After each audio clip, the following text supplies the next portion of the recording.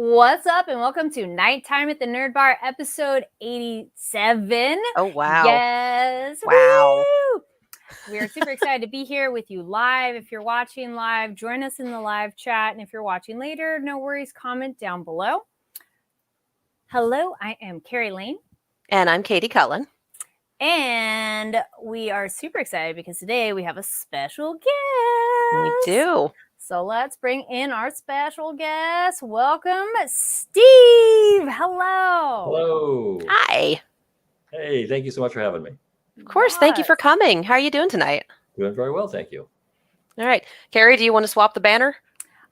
We just made a nice little banner. It's like, yes, let's do it. It was the exciting thing because then I was like, and there it is, our special guest. Yay. Katie, why don't you let our viewers know where did you meet this special guest? And then we'll go into Steve of how you're involved with a certain kind of project. So as y'all who watch this show may remember, about a month ago, I went down to Long Beach for a One Piece yacht party thrown by That's Dope Entertainment. It was a frankly fantastic time. It was an absolute blast. And that is where I met Steve. We got to talking. He was kind enough to agree to come on the show. So, Steve, tell us a little bit about what you've been up to for the past 4 years. For the past 4 years, I have been working on and executive producing the live-action One Piece on Netflix. Which is phenomenal. And if y'all haven't watched it, you gotta watch it, seriously. Oh my God. Yes. It's so much fun. We have sung the praises of this show. Yes. Oh, thank you so much. I appreciate it. Yeah. Well, it was a blast to watch. Yeah. Steve, how did you initially get involved with One Piece? It's such a huge entity in and of itself, and then it goes to Netflix as live action. So you have animated live action adaptation, all that going on. How did you get involved, and were you familiar with One Piece prior to this? I was familiar with One Piece, but I truly had not done the deep dive into One Piece. It's a daunting process, as anyone can tell you who hasn't started yet, with over 1,080 some odd chapters of the manga now. But I heard about this project. I was very excited to hear that it was possible, and just dove in and started reading the manga and got through the first 100 chapters. Went, yep, that's a season's television. Reread them again, and I was just so taken by the world building. It was such a unique take on a pirate show and on a young adult show, and what great characters, and just so damn inventive. And so I went in, I met with the studio Tomorrow Studios that acquired the rights, and met with them, and they liked me, and we went on from there. Awesome. So live action anime adaptation has had, they've been a bit fraught, and One Piece has definitely... A spotty record. Yeah. So how did you feel going into this, knowing that maybe the record wasn't that great, and then absolutely blowing it out of the water, by the way? Just have to throw that down. Amazing. And how did you approach this, knowing that? What had to be changed? What could you keep? Talk to us a little bit about the process. Sure. Yes, of course, I knew about the history of live action adaptations of manga and anime. And on the one hand, yes, it seems like there's a curse, and it can't be done. On the other hand, it's different people doing it, and it really was waiting for the right property to come along at the right time with the right people working on it. And so it was definitely daunting. I was more than a little terrified at the prospect of, hardcore fans hunting me down to kill me after ruining their show, their favorite manga. But I thought it was really unique, and if we could do it right, that it could be really good. And I think it turned out really good. We went through a number of iterations of the show, longer seasons, a 10-episode season, an 8-episode season, a more expensive version, a less expensive version. And I think we ended up in the right place with the right version, which is a show that is fairly faithful to the manga, but has some areas where storylines were brought up, characters were brought forward, or moved back and manipulated a little bit, modified a little bit in order to do 8 episodes of television, which is very different than 100 chapters of manga. Oh yeah, you can do anything on the page, but you really have to figure out how to put the page to the screen. Right, Yeah. exactly. And, So- and particularly the I sort of looked at it as filling in all the panels between the panels, because you see, you know, a panel that has a fight, for example, a series of panels, and they will show the coolest versions of a punch being thrown or a finishing move or something like that. And you're like, that has to move. That has to be live action. And there has to be a lot going on in between those panels. What happens in between? And that was part of the fun of trying to figure this out, and then the challenge. Okay. Now, a kind of off the wall but fun question for you: if you were a pirate, what kind of pirate would you be?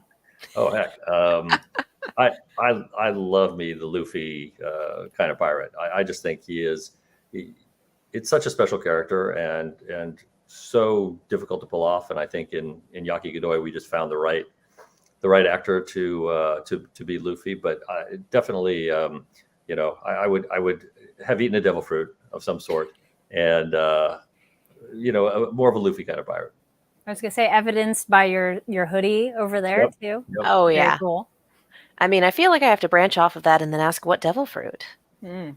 You don't have to pick one that exists. You can make one up. There are Boy, so I don't many. know. Let me think about that one. There's some really good devil fruits. We'll circle back to that one. Yep. Yeah. Speaking of Iñaki, tell me a little bit about the casting. How involved were you with the process? Did you help pick them? What did you think about the people who did get cast in these roles? Because the casting was another thing that was absolutely stellar. Yeah, thank you. I was very involved in the casting. It's not just up to me, but it's kind of a group process between the studio and the network and our casting folks, Junie and Libby, who just knocked it out of the park. We decided we were going to cast internationally, and kind of using Oda-san's SBS notes as our guide, we said, okay, so Zoro's going to be Japanese. We said Luffy is supposed to be Brazilian. We looked in Brazil, but we also expanded a bit to Central and South America to try to find actors there.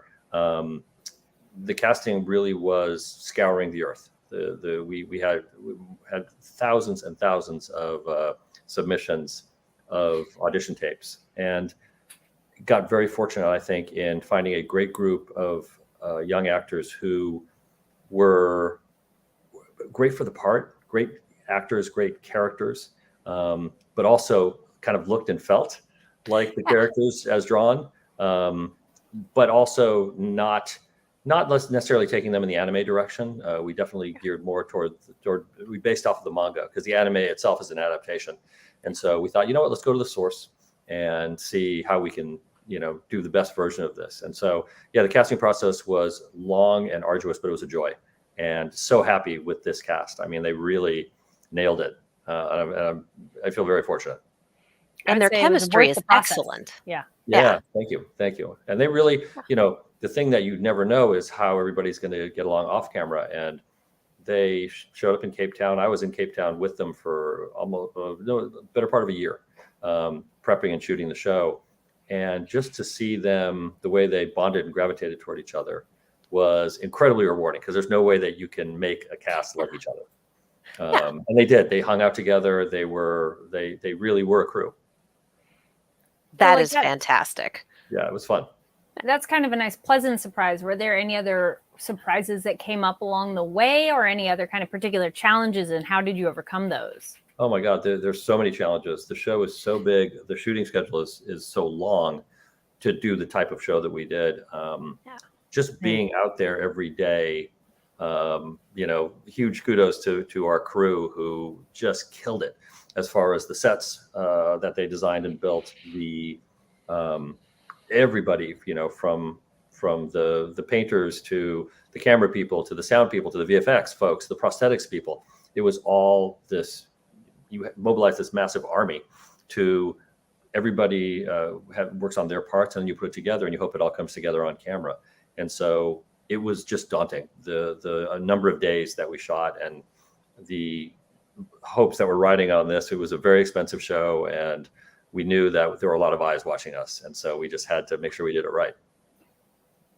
Yeah, and Oda-san was involved in some of the production, correct? was He involved. came down. Yeah. He was involved. He did not come to set Ah, when we were down there. It was during COVID, and so travel was onerous, fair enough. for sure. And yeah, our procedures. I've never been on a shoot this long before, but also where we had to wear masks the entire time and get tested 3 times a week to make sure. And if somebody went down, it was immediate. The kind of quarantine response and getting them away from everybody else so that we wouldn't have an outbreak.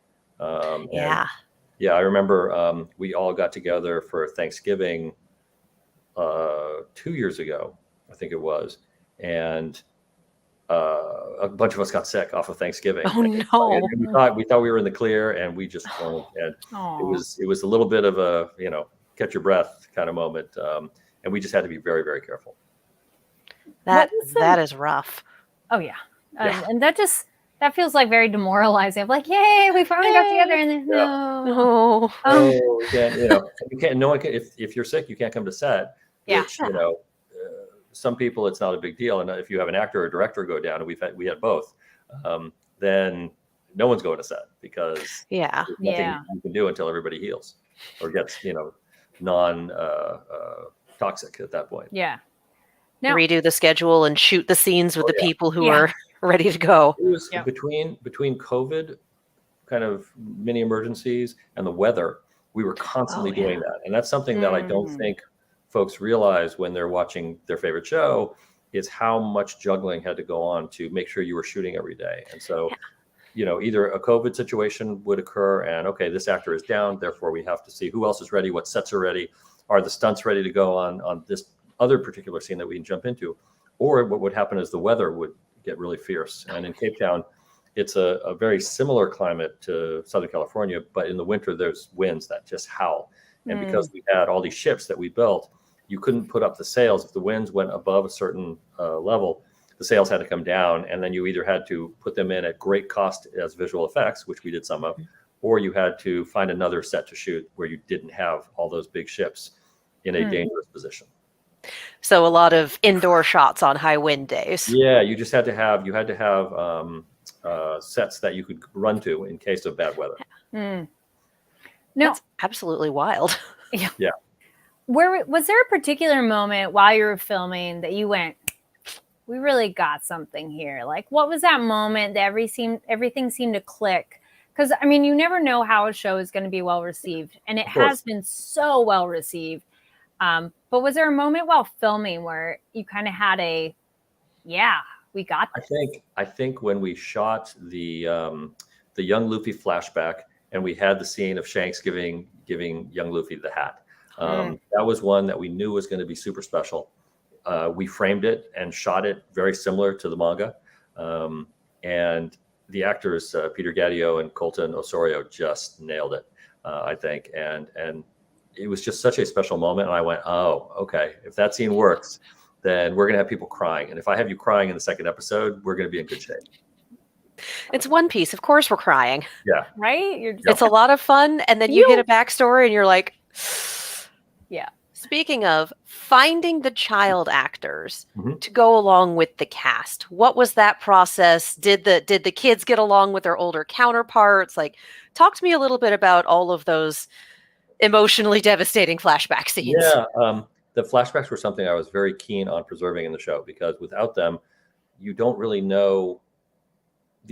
understand who these characters are and why they became who they are. The why is the most important part of that. And so we fought very hard to say, hey, we know it's a lot of money. We know we're building sets and hiring actors we're never going to see again, probably, or very little. And the sets are one of a kind and are going to be torn down afterward. But I'm so glad that we got the opportunity to do the flashbacks because they really sell. Without the flashbacks, I don't think the season is near as good. You just have to see that to understand. And then the process of casting, again, Judy and Libby, our casting agents, scoured the globe and found great young actors who looked enough like their counterparts, but also were good actors in their own right and could carry a scene that had a lot of emotional impact to it. And so certainly, finding young Luffy, finding young Nami, all of them, it was just it was difficult because also the other thing about working with kids is that you have them for fewer hours, Yeah. a lot fewer hours, like Yeah. 4. And so we had a first assistant director timing them coming on and off set, because you have to make sure that you don't go over the hours allotted. And what it does is it puts a tremendous pressure on the shooting schedule. And so you have to do a lot of stuff that you wouldn't normally do with doubles, shooting from behind them, or scheduling it just right so that you have enough time with the hero kid actors to shoot your scenes. And that's scheduling with the wins and with COVID. All of it. Yep. You were spinning a insane. lot of Yeah. plates. We were spinning a lot of plates. Our line producer, Chris Symes, and his team had worked in Cape Town before on Black Sails. And so they knew those ships inside and out. And so that was he was so invaluable. And the scheduling that they had to do sometimes in order, they know, like, okay, tomorrow it's going to be rainy, or it's going to be windy, or an actor is down with COVID or something like that, and everything shifts and shuffles, but you got to make your days, and you have a whole crew that's on standby, and they have to get working on something. Yeah. That's bringing up the ships. I want to talk a little bit about the sets and practical effects versus digital effects. Like, when did you decide you wanted to have practical sets, snail Muppets, like all of that? When did you decide that you wanted to do a lot more practical than digital? And how did you decide what effects would be practical and what effects would be digital? Because I'm not over the snails. Yeah. They're so good. They were so cute. They're so good. We wanted to do as much practical as possible. And that was a decision that was born out of cost, because visual effects are very, very, very expensive. On top of which, when you're in a visual effects environment, the actors are playing off of green screen or blue screen, and it's not really there in front of them. And so we did a lot of massaging of practical effects with visual effects and CGI. But we tried to do as much as possible practically, to be able to have that kind of texture and feel you want to feel that snail can be reached out and touched, and that it's going to be slimy and have like a substance to it. And so the snails were actually an interesting one, because they were built by our prosthetics department, who also did the Fishmen. They did a wonderful job, and they built those snails. A combination between them and the props department and our production designers. So they built these snail puppets that, a puppeteer got underneath them and could manipulate them, and then was digitally erased below the table or whatever they were sitting on. But then with the snails, they had 2 issues. One, the eyes didn't blink. They could move their mouths, and the eyes could kind of go like this. Whoops, there we go, like that. But they couldn't blink. And then also when the mouth moved, the eyes tended to jiggle and bounce a little bit. And so when we were watching them, we're like, they look great, except that for those 2 things. And so what we did is had our VFX people go in and stabilize the eye stalks so that they wouldn't jiggle as much. And then also add a couple of blinks. And those blinks, just in the background, they're very subtle, and you probably barely notice them, but they just make the thing come alive. Oh, that's really interesting, because that's like in Hellboy, Abe Sapien, same idea. They built everything practically, but they couldn't do blinks, and so that was digital as well. Yeah, it's a very common thing, and it's easy. It's a relatively inexpensive thing to do as well, but it just means it adds so much to bringing an inanimate thing to life. Yeah, because otherwise your brain goes, that thing is not blinking. What the heck? But it just doesn't even like. It makes it a little more fake. And then as far as the other decisions, in South Africa, we were able to. The dollar goes a long way, and we were able to really stretch our construction budget and build a ton of sets, more sets than I've, than 2 or 3 shows normally, because normally you build like a big home set and then you stay there for multiple episodes, or for sometimes the entire run of a season or a series. And, you could do an entire, 8 episodes at Baratier. We did 2 episodes plus a couple of, scenes after that. And then we tore it down, which breaks my heart. But we had to clear that tank. It was in a water tank, and we had to clear the tank, and it was awful. Windmill Village, beautiful. Same way. Windmill Village, we built, our production designer, Richard Bridgeland, had this idea to build it on stilts over the water. And so we built it in one of the tanks at the studio, and it went up, and we shot our flashback scenes and tore it down.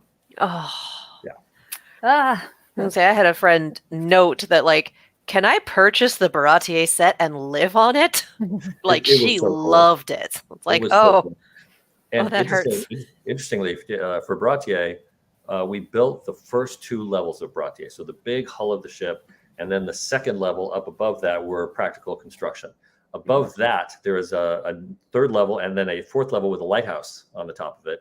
That was CG. And the trick of doing that CG is that our VFX people who were on set with us the entire time would tell the directors, you can't shoot up at the 3rd and 4th levels in VFX in every shot. Otherwise, it's going to be too expensive. So you have to really take your shots, and you can look up there 10% of the time, 15% of the time. And then you have to be looking down or across into the wall of the ship where you're not adding visual effects. And at Baratier, it was even worse because anytime you turn around and look the other way toward the ships, you're seeing water and horizon. And of course, we're in a tank at the studio with grass, with a huge giant sea of grass behind us. So that Bratier was the most challenging. And what we ended up doing is using all the ships we had and kind of building a box around. So Bratier on one side, and then ships parked in such a way that there was very little to see through. So that way we could kind of aim the camera in those directions or shoot down a little bit, and you wouldn't get a sea replacement every single time. Erase little bits of grass instead of a whole Instead of the swath. whole, or adding the entire ocean, basically. Yeah, yeah. That Nice. makes sense. Yeah. What was your favorite set to film on? Because you just told us Baratier was the most challenging. So which one did you enjoy? Bratier was wonderful. Windmill Village, as I said before, was wonderful. I think my very favorite was the Going Merry, because it's so iconic, and there's something about standing on the deck of the Going Merry. Come on, you know. Yeah. Did you ever sit or stand on the head? I never got up to the head. I should have. I should have made him, but you have to be rigged by the stunt team to go up there. Oh, that makes sense. So every time Luffy's sitting up there, he has a cable going up his back to a crane, and so it was a very difficult thing. Otherwise, it's way too dangerous to put him up there. Oh yeah, no, that makes Safety sense. is important. Yes. Yeah. But it was wonderful, and we shot footage of him sitting on top of that head and water splashing up and stuff like that. It was really great. No. And that set, yeah, it's so iconic. It's just like being inside the manga. Well, you've told us so many awesome and amazing behind the scenes stories. Is there any behind the scenes stories you haven't been able to tell yet? Oh gosh, I mean, there's so much. It was a year of my life and on set and doing all that. So I'm sure I have many.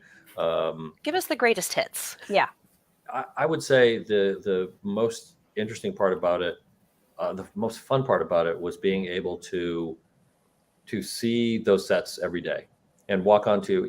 I still get a thrill when I drive onto a lot, and it's not often that you get to see the Spartan army walking by, or elephants, or it's like in the movies you always see those big moments when someone goes onto a studio lot and there's all of that hoopla going on. And this was a show where I think I posted on socials a photo from my office window where I could look out my window and see the Going Merry and the Love Duck outside the window, and I was just like, this is the best job ever. Yes, because it was just there. And so I would, sometimes if we had some downtime, I would just take a golf cart and drive around to the sets. And, we had multiple sets up and running at the same time. And then in addition, we had the Cape Town Film Studios and another studio lot where we had indoor sets. So the interior of Bratier, the interior cabins of the Going Merry, all of the interior stuff. And then we had locations that we also used. So it was just a thrill to be able to, you're out there very early in the morning to very late at night.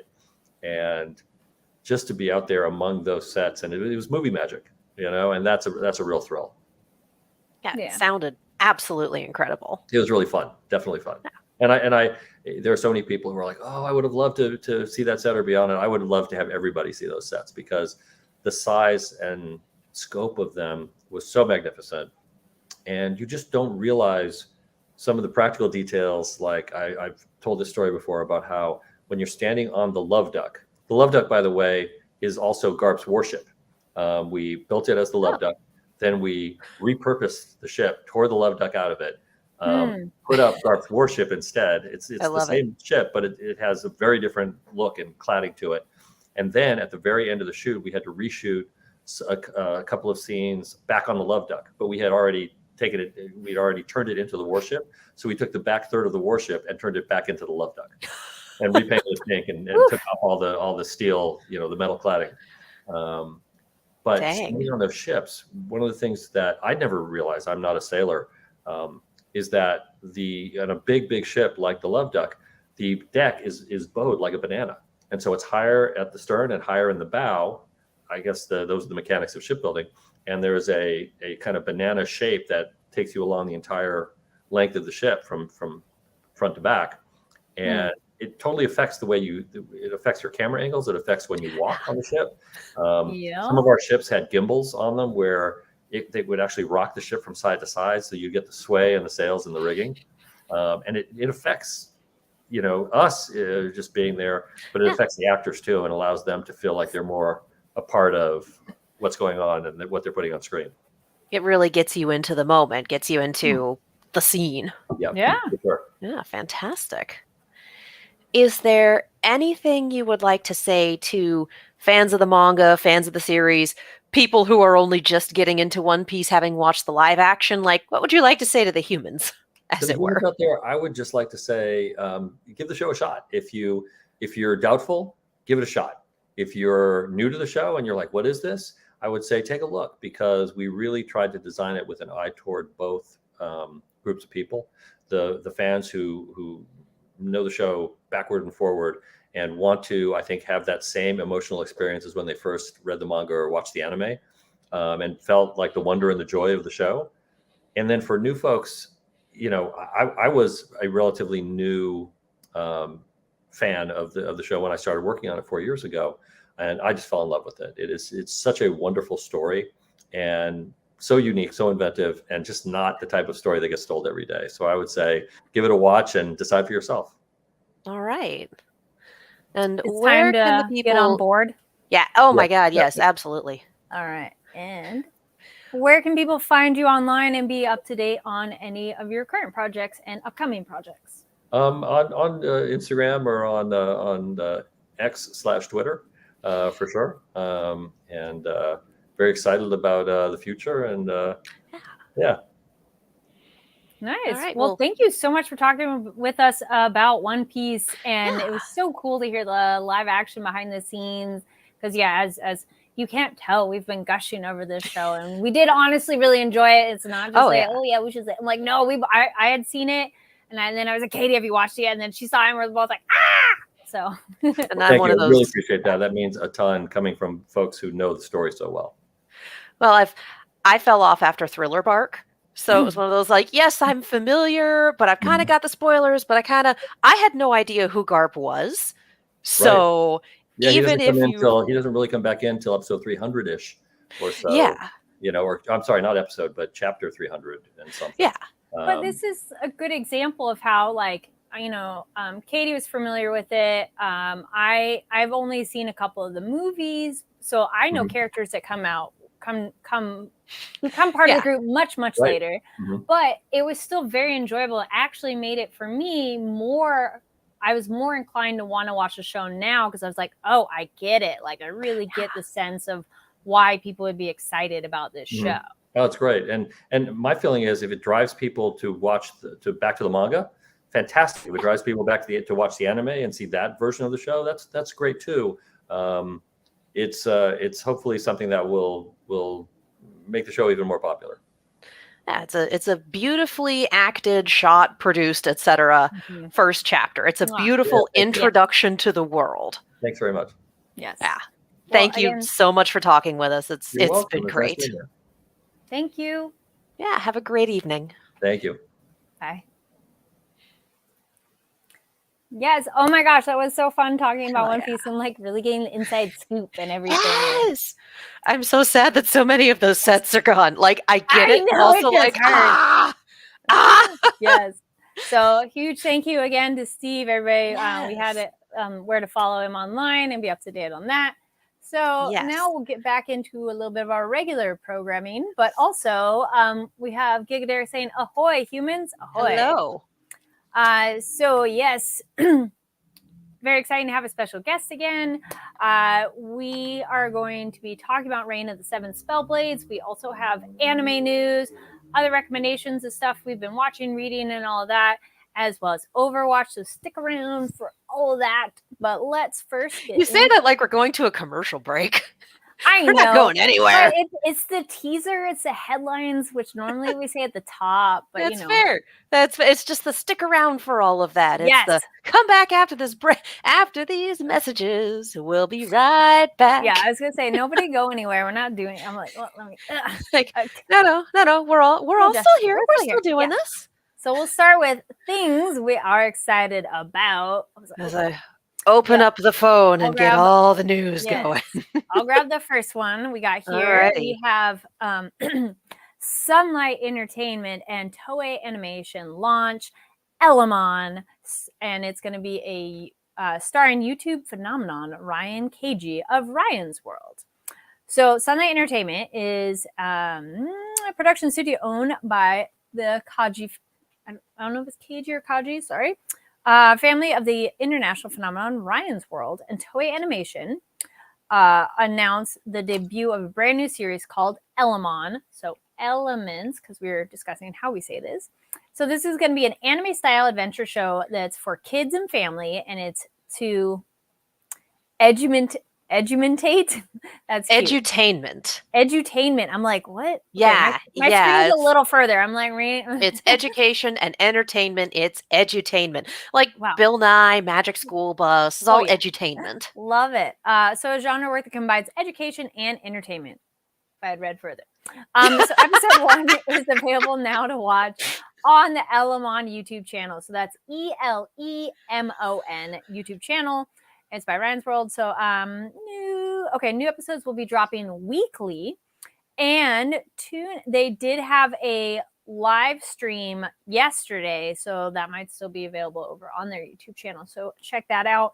Animation looks adorable. I love when they make stuff educational and fun, because it's one of those, we had stuff like that as kids, and it's nice that shows are still doing that, because let's be real, some kids stuff you're like, but it's nice when it's educational and fun.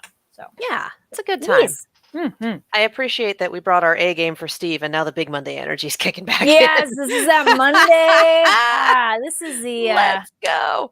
Still, all right, life. All right, friends. Next up, it's October. We've passed the not the solstice. The solstice is still yet to come. Yes, we've passed. It's October. It's fall. Woo! Summer's over. So you know what that means. Crunchyroll has sent us the fall 2023 anime season lineup, and boy, do we have some bangers here. We have continuing series. We have Jujutsu Kaisen Season 2 that's continuing. One Piece is continuing. Rise of Shield Heroes getting a 3rd season. Dr. Stone's 2nd season is continuing. Shangri-La Frontier and Goblin Slayer are both continuing. Like, we have all sorts of series that are coming back. Spy Family is continuing. That's this weekend, October 7th. Yes, we will be folding that into our coverage. It's Spy Family, you guys. Yes, we also have some brand new ones, so let's hit some highlights. My Daughter Left the Nest and Returned an S-Rank Adventurer dropped last week, and that sounds absolutely hilarious, quite honestly.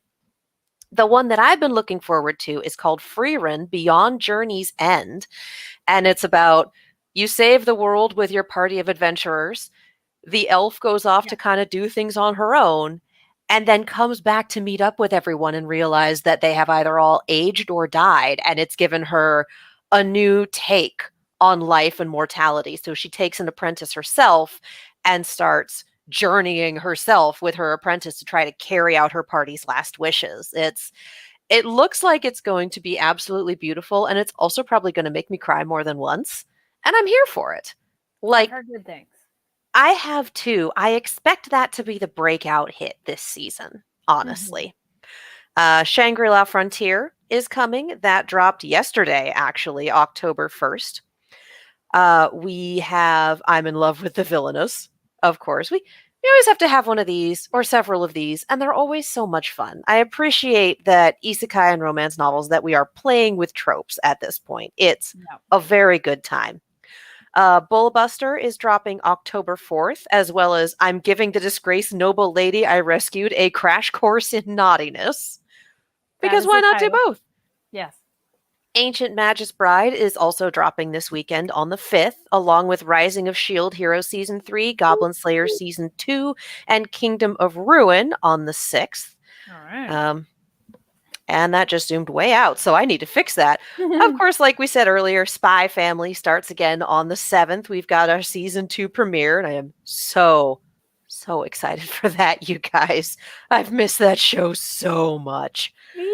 Yeah, Dr. Stone comes back on the 12th, Heaven's Official Blessing Season 2 on the 18th, and The Apothecary Diaries on the 21st. And of course, continuing from summer 2023, One Piece, Jujutsu Kaisen Season 2, Case Closed, Rurouni Kenshin.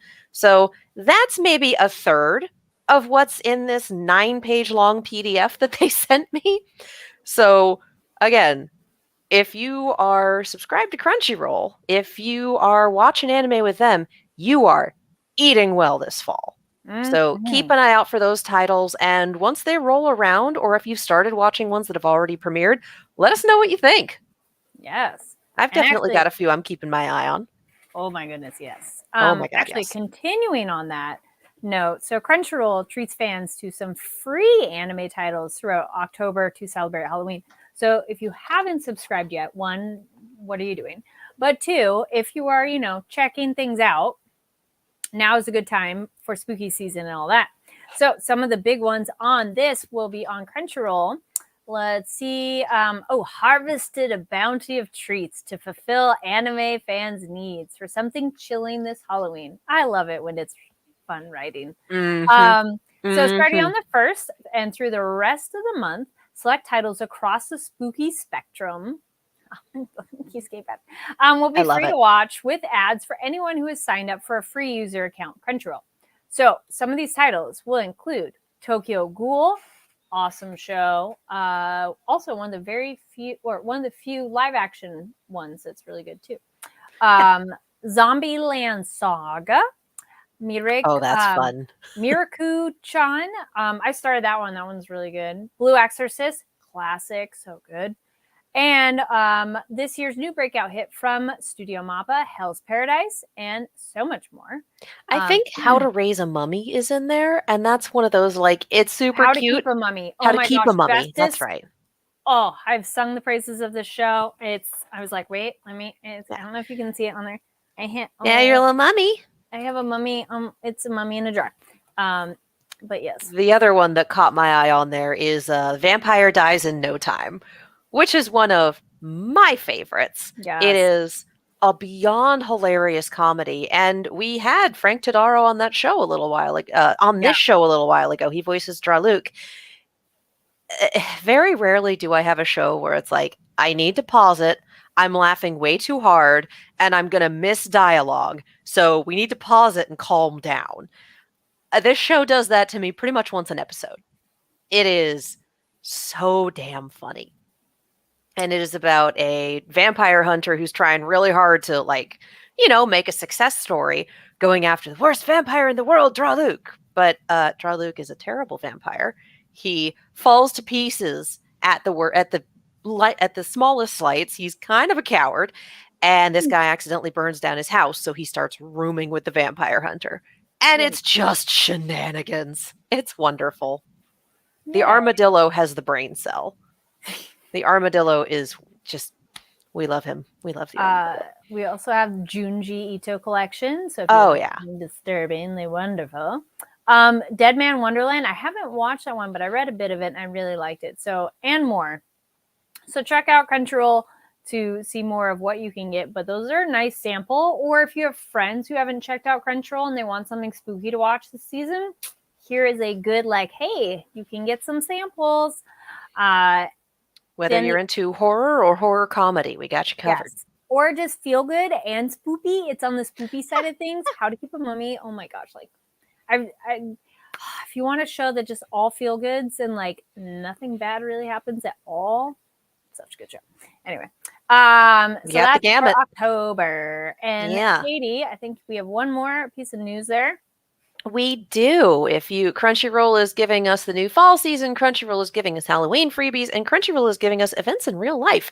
Crunchyroll and One Piece lace up for Street Soccer Times Square Cup presented by BVB in New York City Times Square on October 2nd.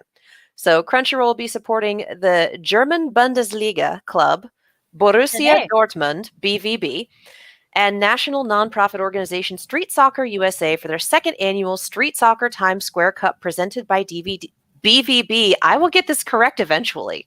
Big Monday energy is what this is. All right. In Father Duffy Square on New York City. The anime streamer will be on site to cheer on competitors in a 4v4. Everything has a V in it, and I just lose it. A 4v4 youth soccer competition with a sponsored tent with One Piece anime giveaways. Nice. Crunchyroll will also be lacing up their cleats to compete in the Corporate Cup and plans to host a screening party of the newest episode of One Piece at nearby retailer Pele Soccer for fans after the tournament ends. Very So, cool. drop by the if you are in New York City on Saturday, October 7th at 10 a.m., drop by the tournament. The screening is after the tournament at 10 p.m. And yeah. I thought I pretty heard great, second, actually. So I'm like, today. Oh, 7th. Seventh. Saturday. Saturday. Awesome. Yeah. Makes sense. So you It's a can game. watch the Spy Family premiere, and then you can go watch soccer. Yay! It'll be great. We love it. We love all that combo. We do. Well, things that you love, but apparently you're going to be quite intense about. We have Overwatch League as an anime. You're like, Yeah. You always feel a little sad when a series finale rolls around. You know? We knew it was coming. It's not set in stone, but for those going, wait, what do you mean series finale?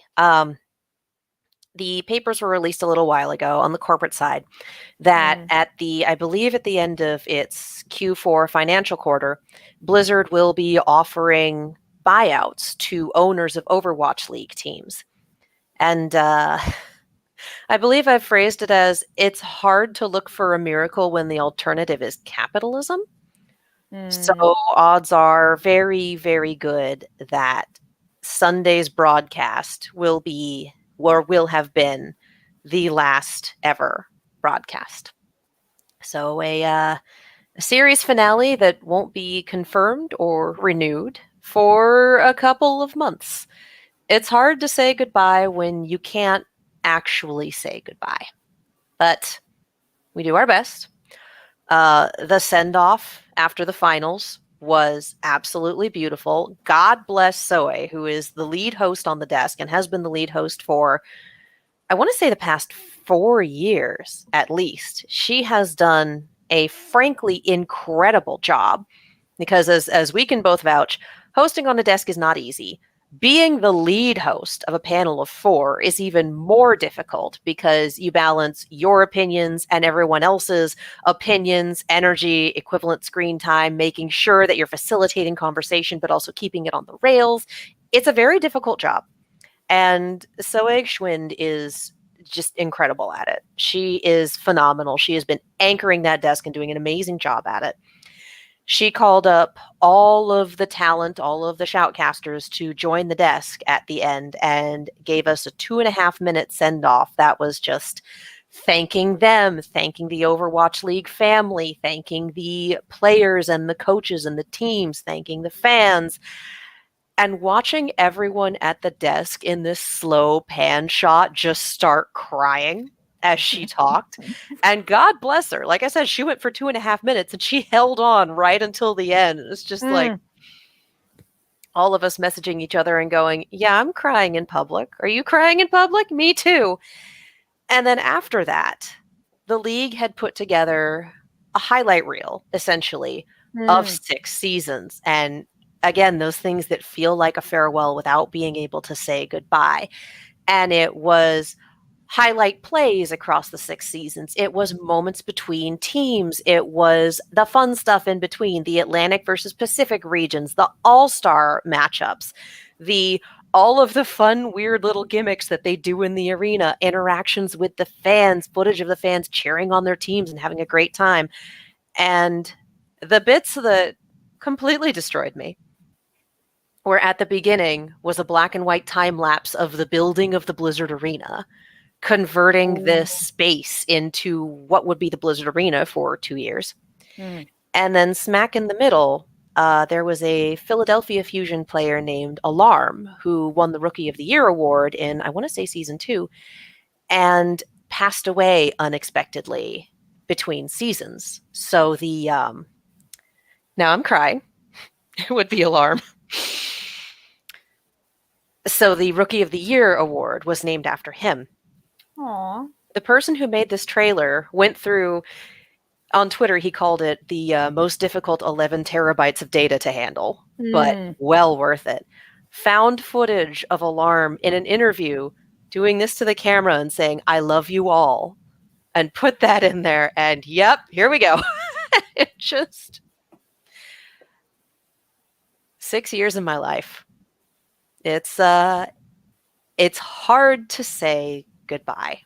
Again, because we can't say for sure whether it's going to be a goodbye, but it's very, very hard to sit here and go, of course all of the team owners will turn down a multi-million-dollar buyout to keep the league going. Like, that's the players, coaches, managers might. Owners, not a lot of hope there. So just what is probably the series finale of Overwatch League as an anime, because it was the final competition for Overwatch League. And let's talk a little bit about how absolutely batshit insane that competition got. Because in 4 days of play, Thursday, Friday, Saturday, Sunday, 4 days of play, we had a whole lot before we hit that final match. Because again, rolling in, everyone had a narrative. Everyone had, well, of course, everyone has a reason to win, but there's always something behind you. Being, having a rougher time starting and then finally picking up your team towards the end. Wanting to get your second championship back to back. Always the bridesmaid, never the bride. Wanting to finally take a title home. Everyone, we talked about this a little bit last time. Everyone has a narrative. Everyone has a story. The question is how these stories are going to play out. And they decided to just upend us immediately, because the first match was the Hangzhou Spark versus the Atlanta Reign, the top-seeded team in the East versus the top-seeded team in the West, considered to be the best team in the world, only having lost 3 matches in their regular season. And for the first 2 maps, Atlanta looks pretty damn good. Looks like Atlanta's just going to cruise through this tournament. And then the Hangzhou Spark reverse sweep them and win. Take 3 maps in a row, knock them down to the lower bracket. Therefore, busting pretty much everyone's brackets out the get-go, let's be real. By the time day 2 ended, there were no perfect brackets left. Full stop. They were all gone. Because this was nuts. We had the Fuel knocking the Infernal down. We had the Boston Uprising taking a 3-1 victory over the London Spitfire. And we had, in what the casters in the desk were calling, a preview of coming events. This could be a preview of the finals, was the Florida Mayhem versus the Houston Outlaws. And the Florida Mayhem won 3-1. Hard-fought series, still sent Outlaws to the bottom. Me doing this going, come on, guys! And Florida would continue to look like this the entire time, because Florida is the team that made the upper bracket run. Florida is the team that knocked down everyone that got close to them. They took out the Fuel 3-0. They took out the Boston Uprising to clinch their seat in the finals.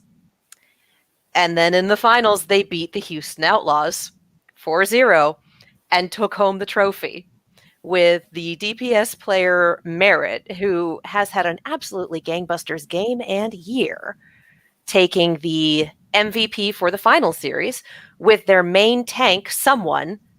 His username is Someone. And it's a very who's on first sort of thing. It's someone's on the point. Who's on the... Oh no, the tank named Someone is on the point.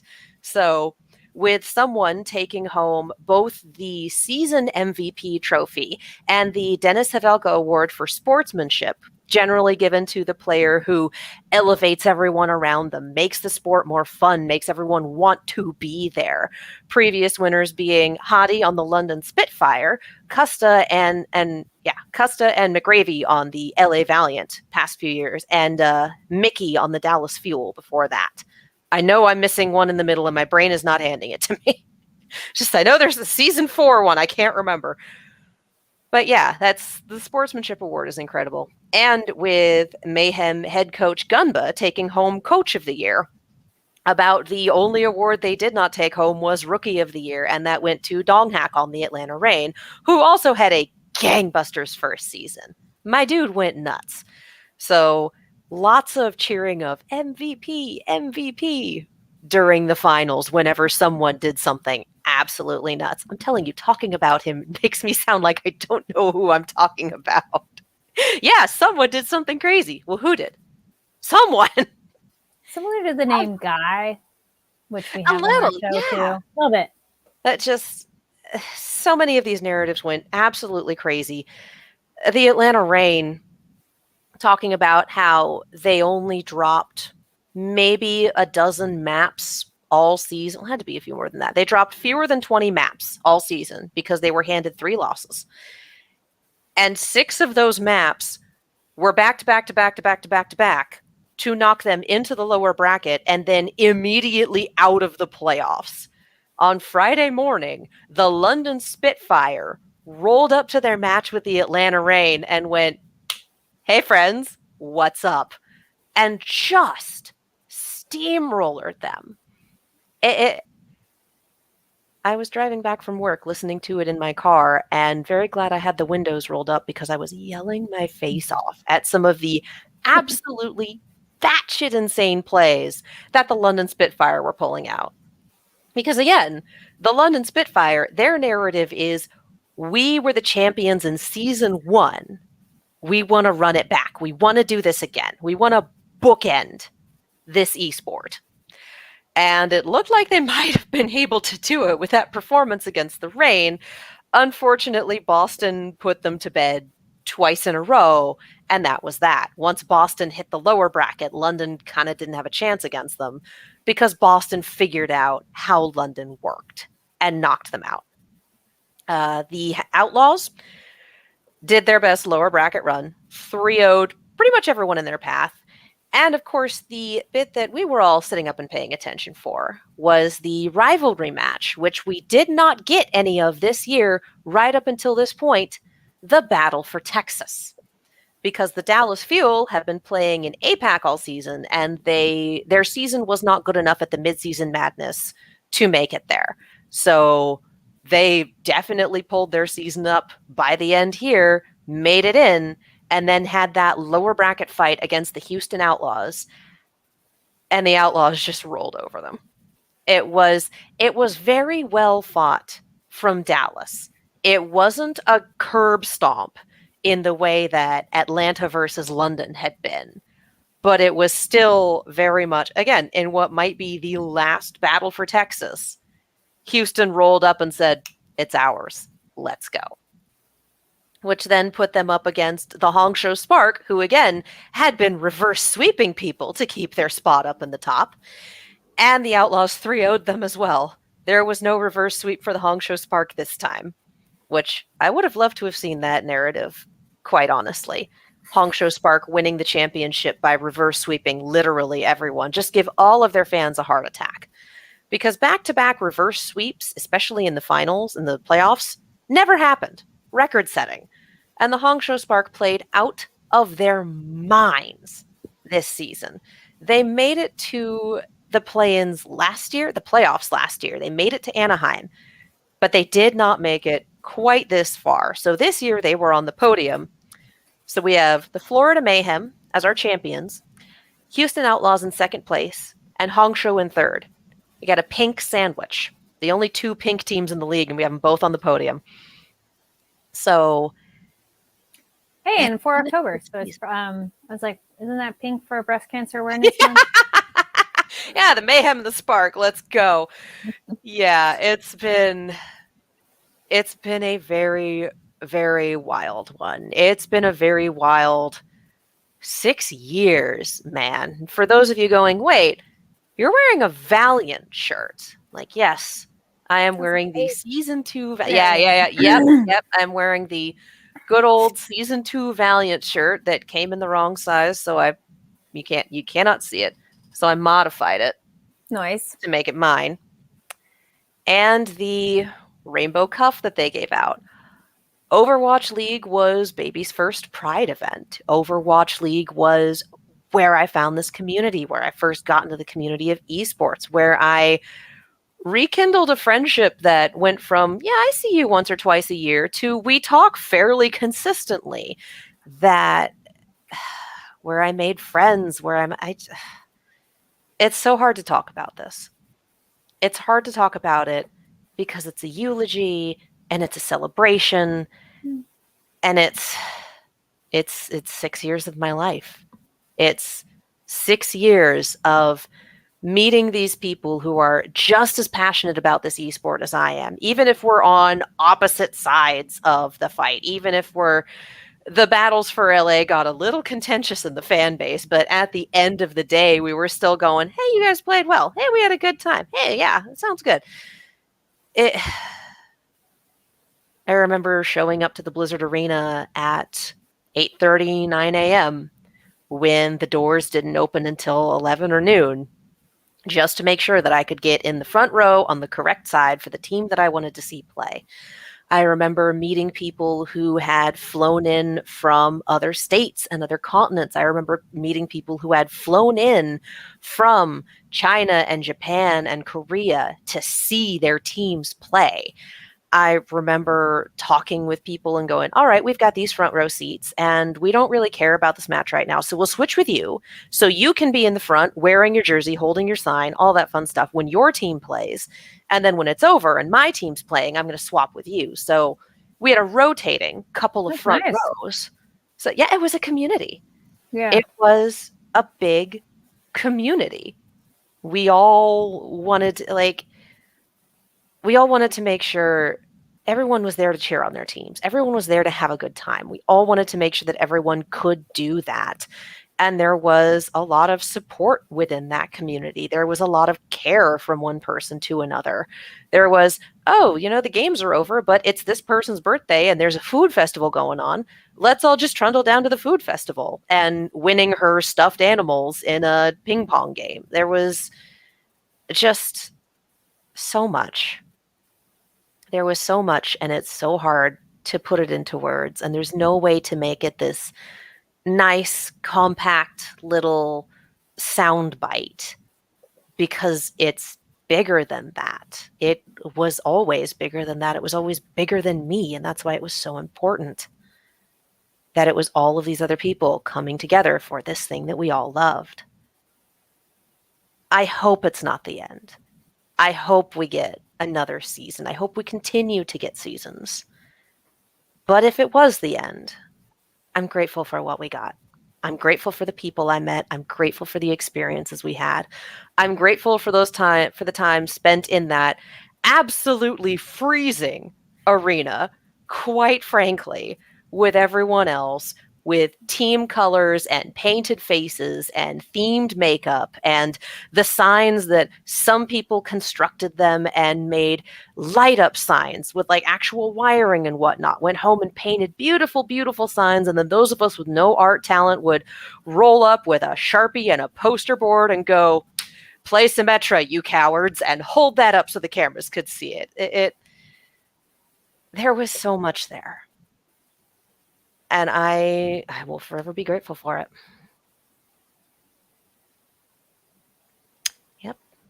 Although there's no real good transition out of that. There is no good transition for that. Nope. There is none. I have killed it dead. It's okay. I was going to say power of friendship. I didn't cry as much as I thought I would, but I think that's because I cried a lot during therapy. Well, yeah, that's life. It's important. That's what therapy's for. It's important, processing. That's even if it's, you know, entertainment, how much it can matter to us as individuals, and like it's more than just entertainment. So Yeah. absolutely. And also, there is no shame in going to therapy. Therapy's good Yes. to tune up for your brain. Yes. So I was getting, well, that's the only connection would be friends we made along the way, which I do like, actually kind of jumping ahead. So we're covering episodes 12 and 13 of Reign of the Seven Yes. Spellblades. Mhm. And only those. So if you've read ahead or anything like that, shush. So we're only talking about those. But jumping into episode 13, and just because we were talking about that, I like that moment with Oliver and Milligan. And Milligan's like, yo, you're super like average. What's up? And then it was more just the, okay, well, why do you like Pete? And just Oliver's description of how they've kind of formed as a unit, I thought was really kind of a nice. It's the Like group of people retrospective, who yeah. all saw danger and stepped up. And that just was the catalyst for them being together, and then the solidarity of that. So I thought that was very cool. Yeah. Why they're friends.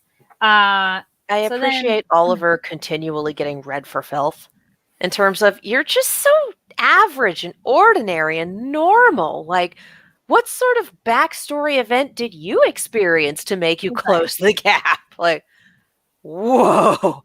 Milligan like, out here wow. seeing into his soul with that basilisk guy. Well, except for the fact that there's other stuff going on that, you know. But oh, yeah, no. But she called the traumatic backstory. Yes. She's like, well, you know, I went a little too deep, but okay. I'm really liking Milligan, honestly. I'm so glad we didn't get rid of her. She's nuts and I love her. Milligan is one where I'm like, okay, they're friends, and it makes more sense that you're like, yeah, sure. Yeah. I'll buy that. So I like how Milligan joins their group and everything.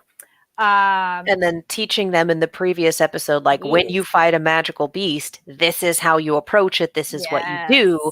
And then that coming around in the Chimera fight in the second episode, and them taking the lessons to heart and being prepared, and her having this moment of, all right, time for me to step in. Oh, never mind. Like, nah, you kids got this. Yeah, I like that. Though on that episode 13, oh my gosh, that poor ape gorilla thing of, oh my God. We get to feel for this thing, and then it's like, and decapitated. What? Oh my gosh, that was, at least it was quick. The pacing of episode 13 was really, we got all of these little bitty montages, you know, watching it with my roommate, and she told me, like, this really does feel like we are adapting a light novel and we are squishing some of the chapters into these little montages. And just the pacing of this entire show has been a little weird. A little bit. The pacing of this episode specifically was like, all right, we're doing this now. All right, we had this nice moment where we approach with respect, and we, okay, cool, and it's dead. What? Yep. I feel like we're on a roller coaster of like, you know, and turn and slow, and then what is happening? Exactly. Like, it's yeah. I feel like those are the little things that keep this anime from being great. Like, there's so much of it that's so good. And then occasionally you get like, all right, the budget was not here for this part of the animation. Or you get the, what the hell is going on with this pacing? Like, so much of it is so good. But it hasn't quite hit that precipice of, oh yeah, no, this one's great. I was like, no, it's a good time. It's fun. I enjoy it quite a bit, as opposed to, yes. Yeah, I feel that's a good way to describe it. And back to the roller coaster metaphor, you can do those twists and turns, but the good ones, you don't get whiplash. So I feel this one is a bit like, what is happening? Yep. So is this going to be the Revenge of the Green Lantern? Is this going to throw my back out? Six Flags. So tying the two together, something else too that was kind of cool are Carlos Whiterow. So I did look up this character because then I was a little bit like, I thought so, and I wasn't sure. So this character is agender, and they go by they, them, because then the thing that's interesting is when we get in the beginning of 13 our Ophelia backstory, which I was like, oh, I am so interested. Like, tell me more. Poor girl. And this poor girl, yeah, she's like, oh, you're just this dude. I'm gonna like carry your baby. I'm like, no. It's just that moment of, how many others have you been forced to? And was this is this an experience thing you've experienced before, or is this just the expectation that's been placed on you, or is it because we had the whole thing about like, well, they're trying to use their wombs to make better creatures. Yeah. Like it's. I'm really just starting to think that the whole family system needs to be abolished. Yeah. All of these houses and the expectations placed on them, and it's like, all of these kids are chill right up until they run into family expectations, and then they get tortured for a day, and the servant girl they played chess with gets lit on fire, I guess. Well, that's even like our character Carlos, because Carlos mentions why, like, befriending Ophelia as part of like a family thing at first too. So it's like, oh, you two, everybody else. The quick thing of our poor Guy and Katie staying behind, but makes sense. Why don't you just stay back? And I do appreciate that we have like Katie with her insight, and then Guy coming from a farm and being very familiar with all of this and going, here's the plant seeds I prepared, and here's food I prepared. Like, so as much as they're still useful. Yes. As much as I've been saying, like, there's not as much to Guy, when I was on my, all right, well, someone's going to die bent, going, well, there's not as much to Guy. We wouldn't miss him as much when you were gone. Here's the thing about Guy. He gets what you need to live. Like, he's made it very clear. He's from a farming family. He's very used to being on a farm. He's talked about handling and butchering animals before. He knows how to handle plant seeds, and he can bake. Like, this guy's husband material. But in a school that throws people to the wolves and does not give a singular damn, in a school that's like, oh, one of our students has sucked up 19 other students and is draining them of their life force, but I guess we won't do anything about it for 2 weeks. In a school where this kind of shit is just fine, you really do need someone like Guy on your team, in your group, at your side, the sort of person who's going to be like, have you eaten yet today? Okay, we're going to go get you some dinner. It's going to be something with protein and also a vegetable because you need both of those. When's the last time you had water? All right, here's some water, drink it. And you're going to bed at 8. Okay? Okay. Like, team mom, but not in the same way that Chella is, because Chella's very obviously team mom in terms of taking care of people, being responsible, etc. Different kind. Guy is the down-to-earth person who understands. He has the snacks. He's the soccer mom. He has all the snacks. He'll get you there on time. He makes sure you're hydrated and you're taking your breaks and is supportive. But like, Shella's our perfect everything mom. Yeah. Guy understands what the body needs. And then as an extension of that, like how that feeds into what the soul needs to kind of keep going. Yes. Chella is the one she's the one that's got the calendar. Yeah. Yeah. She's the one that knows what to do, knows where to get people. Like, very different flavors of team mom. Yep. Oliver is Wynant. Well, just throwing that out there. I do like that we get our at least the student council is picking up some of the slack and everything. And also it seems that classes feel responsible for each other because then they have their moment that they're like, she's our responsibility. So Ophelia, so I thought that was interesting. Yeah. Evidently classes are still going on at this point with the whole, I'm going to copy off your notes, Katie. I won't trust anyone else's note taking. And I'm like, so we had 20 students go missing and y'all just don't care. No big. I mean, the school is run by a murder cabal. Yeah. So I'm legitimately wondering how much of this is just poison from the top down, because so much of the themes that we get from the kids are like taking care of each other, making sure everyone's okay, making the world a better place, like explicitly stated from Katie. wanting to make the Yes. world kinder. But like, man, just looking at the adults in charge of all of the everything and going, Nope. I don't know, I'm kind of with the murder cult.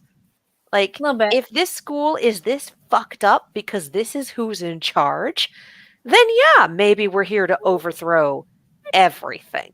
Maybe we really do just need to clean house, seal off the labyrinth, do something. Goddamn. Well, speaking of helpful, the other person I like them popping in is our Kevin Walker, who was our person who was like underground before, who survived eating anything, whatever. And he's like, oh, here's like a map I made of like the entire level 3. No big. Here you go. All right, bye.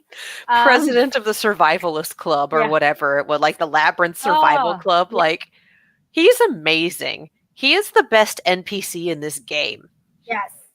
You're like, oh, cool, thank you. And he's just like, oh, yeah, no, I just got some other shit I gotta do, but have fun. Like, you want to come with us? Nah, I'm fine. I'll just wander around on my own. That's what I do. Yeah. Bye. So I liked him a lot. Oh, the other one is our, it's like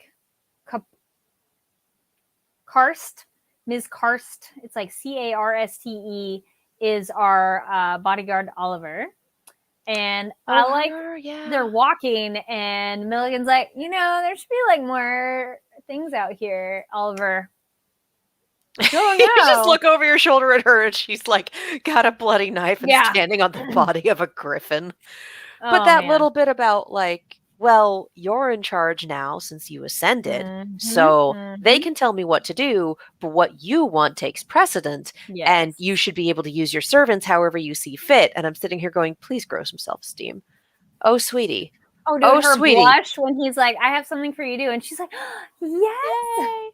I was like, no, you're your own person. Please don't do this. I am a tool to be used thing. That's so depressing. Honey. Actually, she's dang helpful, though, and also drops that, hey, so your next murder target's pretty soon, so we need to make sure you make it out of here. Yes. The other one, too, that was like, oh, speaking of people helping each other, Stacy and Lynette. I'm glad they described who Lynette was, because I had a moment going, did I miss an episode? Who is this? I appreciate that Stacy will just recruit people in the family and be like, no, I need you to help. Yeah. And the whole bit about, you could just get another dog. No, stop it. Yeah.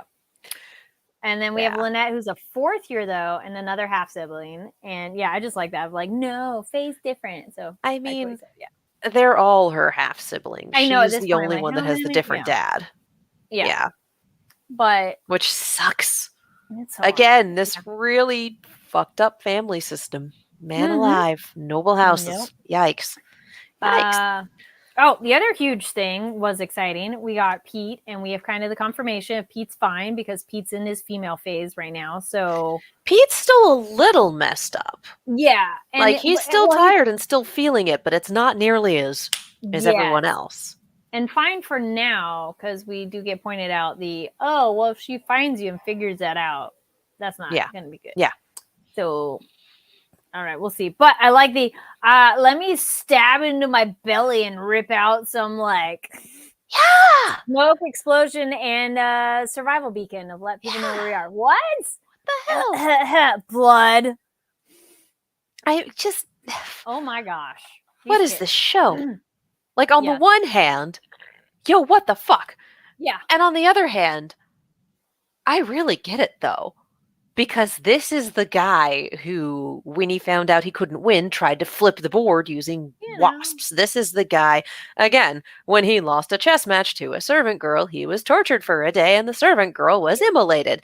Like, this is the guy who had that very extreme upbringing about having to win. Yeah. Of course, he would have something on, or in this case, in his person, that if he were in a situation where he couldn't win, would at least allow his survival, would allow his escape. So, if you take the chance of, well, maybe I'll be disarmed, maybe they'll take my coat or my belt or whatever, I can't keep it on me, So I'm just going to keep it in me. I'm like, is that where Yeah. your gallbladder's supposed to be? Where exactly? like- Were those surgically implanted? Because they wouldn't stay in there if you just swallowed them. Yeah, But no, this is like, in the belly. But then the question is like, how does he have some nanobots going or something? Like, how do you heal this wound back up? Because like, is he just sitting there with like a hand size open hole in his I abdomen? think he is.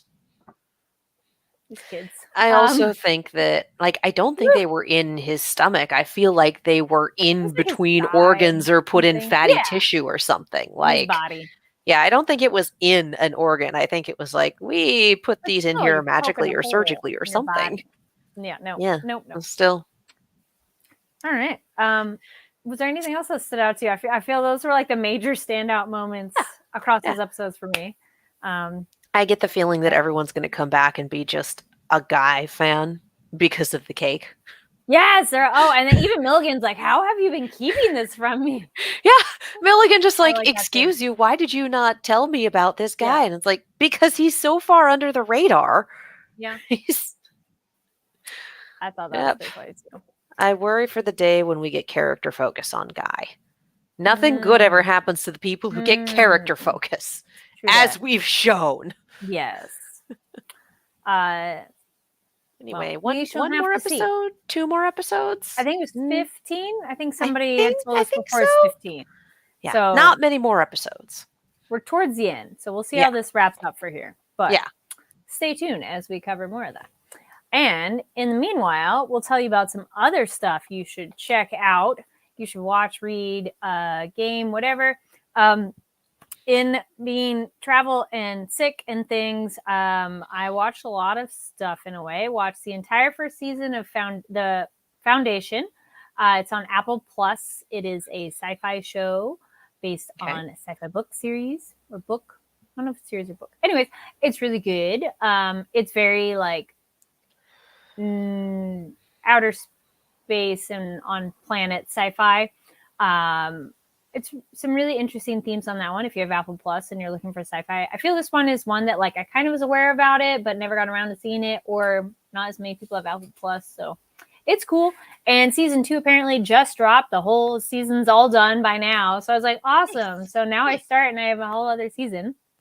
I had those, and then I'm like, wait, I felt there was something else. That might be the biggest thing. I just started on Amazon. There's a show called Jubilee. It's Jubilee, and it is a Hindi language show, but there are some dubbed options. So whatever your preference is, they have a lot of options. Just it was a little tricky for me when I was trying to. I'm like, I want this language and then these subtitles. But anyway, it's set in like 1940s. India cinema, and like, so imagine our old Hollywood. So same idea, and it's just the Roy Talkies, and it's like this main production studio, and then his wife is also part of it, and then like their assistant, and it's just really interesting drama, period piece, intrigue, and just the love of making movies and stuff. So if you have Amazon Prime, Jubilee is a pretty darn cool one to check out. But yeah. All right. Katie, what about you? I've also not been watching many new things because that's kind of my life.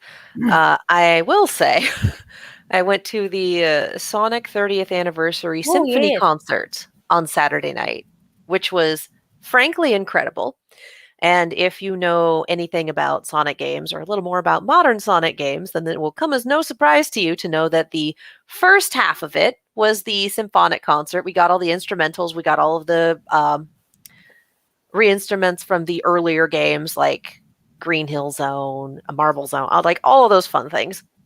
Frank, just so good. Just so good. And then after the intermission, it was a Crush 40 concert, which was my second time seeing them in 10 years. We see Crush 40 every 10 years on the Sonic anniversaries, which is incredible. So if you enjoy Sonic music, if you enjoy the Sonic games, if the concert is coming to a city anywhere near you, it is so worth it. And then we were fortunate enough that I went with my roommate and her siblings. One of her siblings had a friend who bought his tickets last minute and got meet and greet tickets. So we Nice. met Crush 40, which was Nice. great. Yeah, happy birthday to my roommate. Yay. Month-long Oh, birthday that's awesome. celebration, topped off with that. Yeah, no, it was incredible. So, and just, it's always fun to do symphony concerts for video games, for movies, for just any of it. There is something about a live symphony concert that is Mhm. absolutely wonderful. Like the sort of thing that you cannot replicate. So, highly recommend symphony concerts for your nerdy stuff, for classical music, for whatever. They're just fun. And if you're not sure whether or not there's going to be an encore, you look at whether the symphony has left the stage. Because if if the conductor walks off and the symphony's still there, they're going to play at least one more song. When the people with the instruments get up to leave, that's when you know you're done. So to anyone who is doing the Nightmare Before Christmas bit at the Hollywood Bowl, last time I did that, there was an Oingo Boingo concert tacked onto the end. So you stick around after the credits. As long as the symphony's there, you keep your butt parked in your seat because there's gonna be more. Fizz agrees.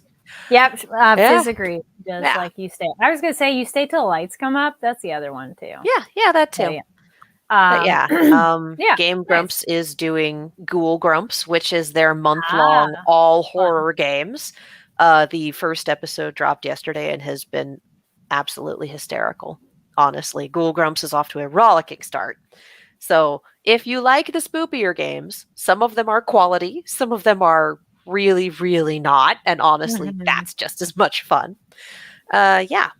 And then I think for every episode we do in October, I'm going to recommend a movie that is spooky or spooky adjacent. So fair. This one's more of a vibe than anything else. Okay. But if you haven't seen Clue, you need to watch Clue. Have you seen the meme or the joke that Clue is just Rocky Horror Picture Show but sober? I have not. Oh, I honestly. Yeah, that tracks enough. Yeah, I prefer Clue, and for those unfamiliar, it is a I want to say late 80s movie based on the Parker Brothers board game, where there is a murder mystery and you got to figure out who done it. The cast is incredible. Madeline Kahn, Tim Curry in a frankly incredible role. Like, the movie starts, it goes and it goes, and then it just does this at one point, just goes straight up. It's one of those movies where the first time I watched it, it was at a sleepover. I was in 6th grade. I didn't appreciate as much of it, but there are bits I still loved. Watching it as an adult, it is one of the funniest damn movies. And I recently watched it in a Discord server with a number of people who had not seen it yet. So about half of us were sitting here going, oh yeah, no, this part. And the other half were like, what the hell is happening? Also, so occasionally, stay through the credits kind of thing. Oh yeah. No, well, not necessarily through the credits. I was going to say they're not. They start right away with that. Yeah. The gimmick for the movie, when it was released in theaters, is that it had multiple endings. And so the idea was that you would go talk with your friends, go to multiple shows, try to catch the endings that you missed. It was kind of a theatrical flop. The gimmick did not work. So unfortunately, you're going to have a hell of a time finding any special features or any blooper reel or anything like that, unfortunately. But most DVDs will give you the option to either have one random ending or to have all 3 endings stitched together. And it could have been this, but it could have been this, but also this. It is also available on Amazon Prime.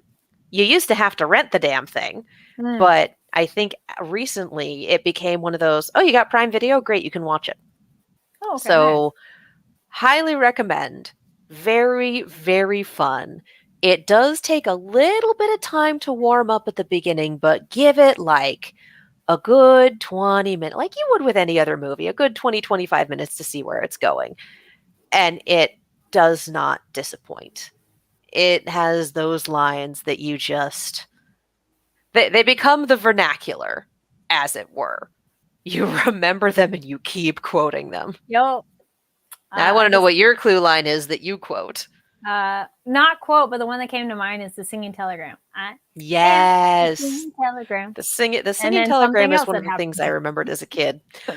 Um, For me, the ones that stick around are 1 + 2 + 1 + 1. And yep, 2 corpses, everything's fine. So yeah, watch well, Clue. It's yeah. great. It's a lot of fun. I don't think it was. I was like, wait, I'll second on to that. Of one, I agree with Clue, and then I don't know if it's free on the Crunchyroll thing, but something that's been around for a while, so it might be on the Crunchyroll free. And if sample for your friends, and if you already have Crunchyroll, check it out. Yami Shibai is one of my favorites because it's these really short, like 4-minute or less horror stories, and so they're really nice, like just little. You get a bunch of stories in a short sitting, and some are incredible. Some are a little more like, but and some could just be so much like, oh my god, like what? What did I watch? But I just love that variety and just how you can effectively or not tell a story in such a short period of time. So those are really cool to check out, and just really cool art because it's kind of like a shadow puppet, like paper style, adjacent to South Park in a way too, like kind of a, but more simplistic. Cutouts. Yeah. Okay. Yeah. So yeah, check those out. Let us know your spooky things that you like watching, or you're getting excited to watch. Leave comments down below. And let's get into the wrapping everything up. So thank you everybody for joining us at nighttime at the Nerd Bar. Huge thank you to our special guests. Round of applause. And Katie, where can people find you online? You can follow me all over the social medias as well as on YouTube and Twitch at Kiaxet. That is Kiaxet. I am also part of a horror channel called Silver Screams, where my roommate and I look at all sorts of horror media. We talk about it, we do reactions, we get all sorts of fun stuff. If you want to see us really go off the rails on something, we talked about the Mummy, the movie that was going to be the start of the Dark Universe, The Mummy, the bad one, not the good one. And that got a little wild. Or if you want to see me jump out of my skin, look at either of the Halloween trailer reaction videos.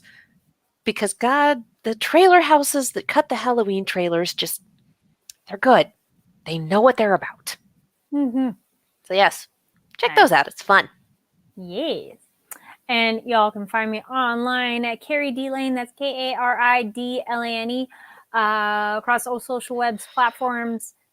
Yeah, just posting more stuff randomly here and there. So just stay tuned. I have a fun outfit transition video on, I post on Instagram and on TikTok. And I think I put it over on Twitter. So I'm going to call it Twitter.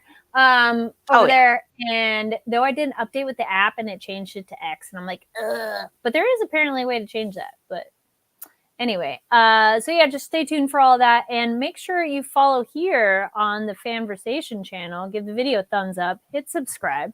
And you can follow us over on the Twitter Spaces at NTATNB. Yes. And otherwise, Fanversation is where we post other content from here on Instagram and TikTok as well. And if you're brand new too, speaking of the One Piece guest earlier, check out on this channel. We have an entire playlist for One Piece voice actors and a whole voice actor playlist as well. I mean, I know our guest wasn't a voice actor, but if you're here, you probably like anime and possibly like voice acting and are curious about it. That is a playlist you should check out. All right. Thank you again, everybody, for tuning in. Happy to be here on a Monday with all of you. If you joined us live, awesome. If you're watching later, no worries, comment down below. And we'll see you all next time. Bye. Love you all. I was like, spooky. All right, bye.